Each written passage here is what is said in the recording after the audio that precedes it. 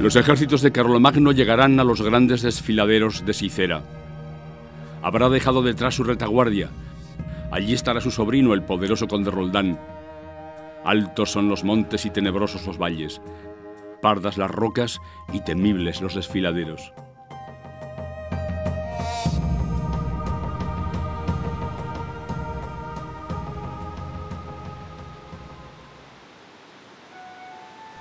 Así describe el Cantar de Roldán cómo es el lugar donde éste muere en el año 778. Este cantar de gesta del siglo XII adorna la historia y esconde en su interior pistas de un importante hecho real. Los cronistas de la época confirman que Carlomagno vino a Zaragoza en el 778 y que parte de su ejército fue derrotado a su vuelta en los Pirineos. El cantar introduce Roncesvalles, error o licencia poética. Un grupo de investigadores de la Universidad de Zaragoza rescata un vídeo del historiador Antonio Ubieto, donde éste resume su teoría y nos plantea que no pudo darse la batalla en Roncesvalles. ¿Qué dicen los testigos de la época?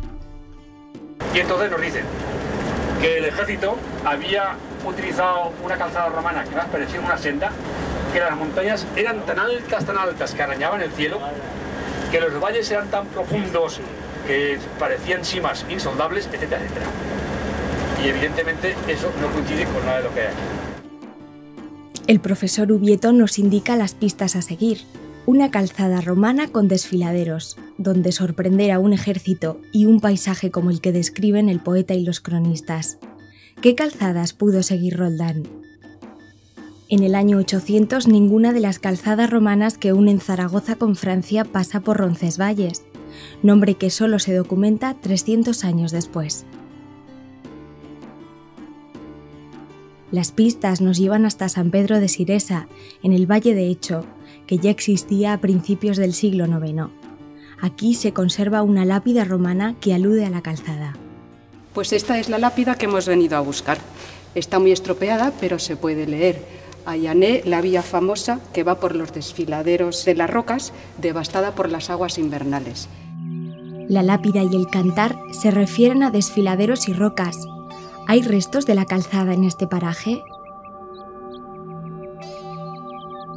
La calzada, que pasa por aquí cerca, se conserva todavía y se pueden seguir muchos de esos tramos hasta Francia. ¿En esa calzada hay desfiladeros donde sorprender a un ejército?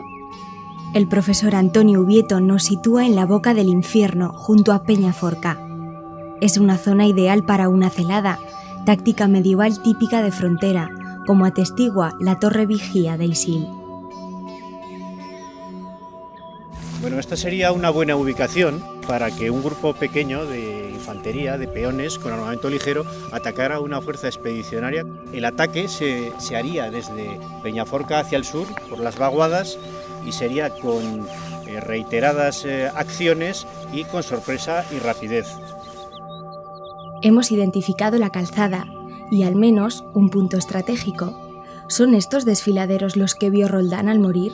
La geología confirma que el relieve no ha cambiado. Los habitantes del valle que hubieran visto pasar por aquí a las tropas de Carlomagno no tendrían ningún problema en reconocer ni la garganta, el desfiladero, ni las rocas calcáreas que forman las gradas de Peñaforca. Siente Roldán que la muerte le está cercana. Sube a un cerro. Bajo dos hermosos árboles hay 4 gradas hechas de mármol. Altas son las montañas y muy altos los árboles.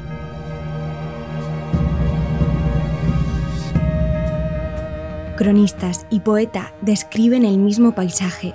La calzada, los desfiladeros y el monasterio identifican este como el escenario de la contienda.